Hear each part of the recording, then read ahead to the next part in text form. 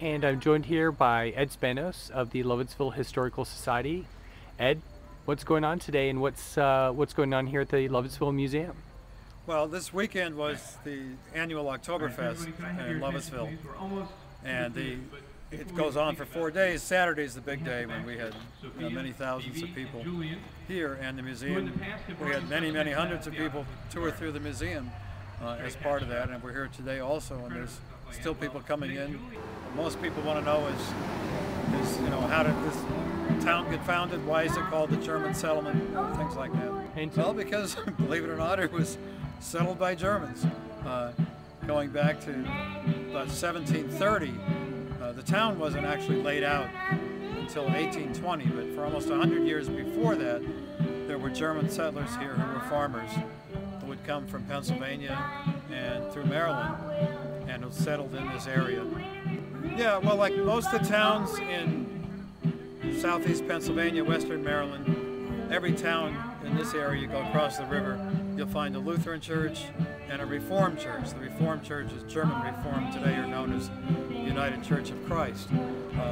But all these old towns, you'll see two church steeples, those two churches. You go through the names, heavily German, and of course here, even in the churches to this day, many of the names are names that go back 250 years, the old German names. I'm joined by Mike Zapp, who is a volunteer at this year's Oktoberfest and a past chairman of Oktoberfest.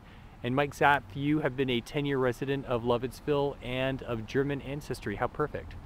Yes.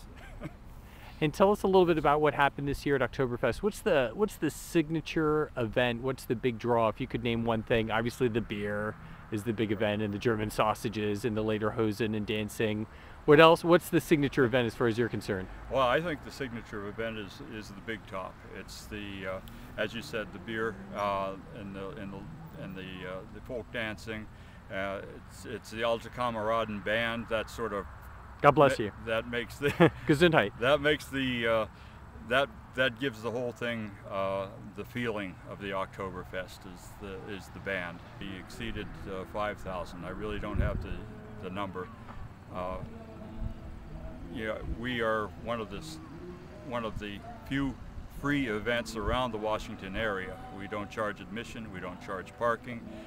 You come, and whatever it costs you, it's because of you. What you eat, drink, or buy as a craft or something like that. It's a real family event. We received a letter from the ambassador of Germany, who encouraged us in our efforts to preserve the German heritage and to commemorate it.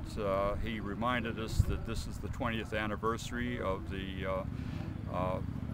unification of Germany after the Cold War, and that he also emphasized the lasting relationship between the United States and Germany. But he was very pleased to find out that we are still trying to maintain a remembrance of the German heritage here in Lovettsville.